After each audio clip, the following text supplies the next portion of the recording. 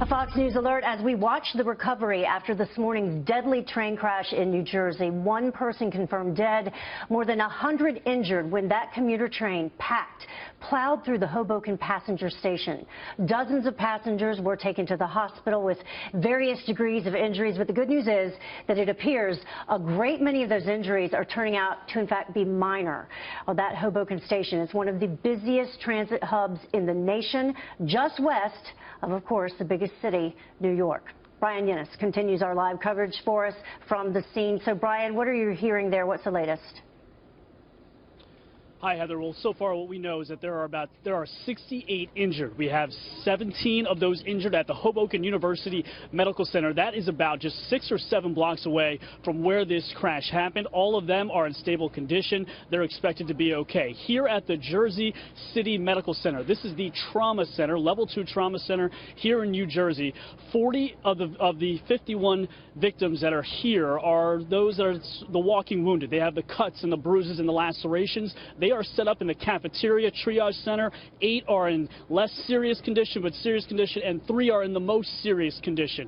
Those 3 people have been in intensive care and in operating rooms, etc., and we'll get an update on that. But given what we've seen, everyone seems to be and should be walking away from this alive and okay. On top of that, we spoke to some of the witnesses that came out of this hospital. We spoke to 3, actually. One of them is David. He's from New Jersey. After David, we also spoke to Amy. David was in the first car when the train crashed, and Amy was in the 4th car when it crashed. Listen to what they had to say.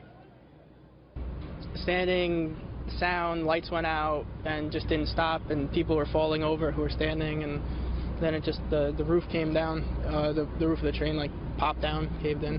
How close was that to you? I was right there. It was like I was standing like right next to where I was. It was surreal. When it first shimmied, my first thought was, this is going to be a life changer. And then the impact came, and it is a life changer for everybody. Why did this crash happen? Do you know? It was coming into the station faster than normal. Usually it crawls when it comes into the station. And it was overcrowded because there was a car short. I only hope that whoever was running the train or driving the train had a medical problem which caused this to happen, and that it wasn't anything other, because it's too tragic for everyone.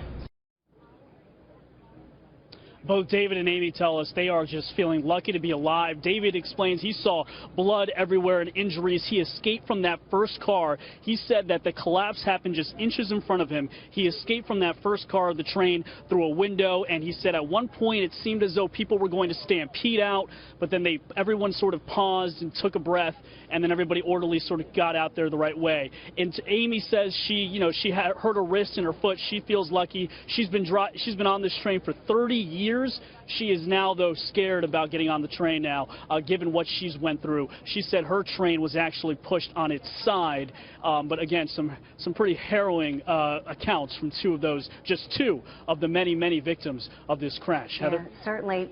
Brian, I did want to ask you, in terms of all of the injured that are at these 2 different hospitals, do we know how many were on the train, how many were standing in the terminal itself, and do you know about the extent of the injuries of those 3 that you said are the most serious at this point? Right. So what we've been told by the hospital, they wouldn't get into specifics about the numbers, but what we've been told is that most of the people that are at this medical center, at the Jersey City Medical Center, were on the train. They were not on the platform. These are passengers that were on the train, some 250 that were packed onto this train. As to those that are the most serious condition, we know that they have some orthopedic and internal injuries. We knew one was in the operating room at the time, and we were told this about an hour ago. We know another person is somebody who was in the ICU in intensive care, and another person was getting treatment, but that's as much as we know. Again, though, the hospital believes these are non-life-threatening injuries to the extent that they expect everyone to be okay. At last check, Heather. Yeah, at least some good news there. Thank you so much, Brian Yennis, reporting live for us.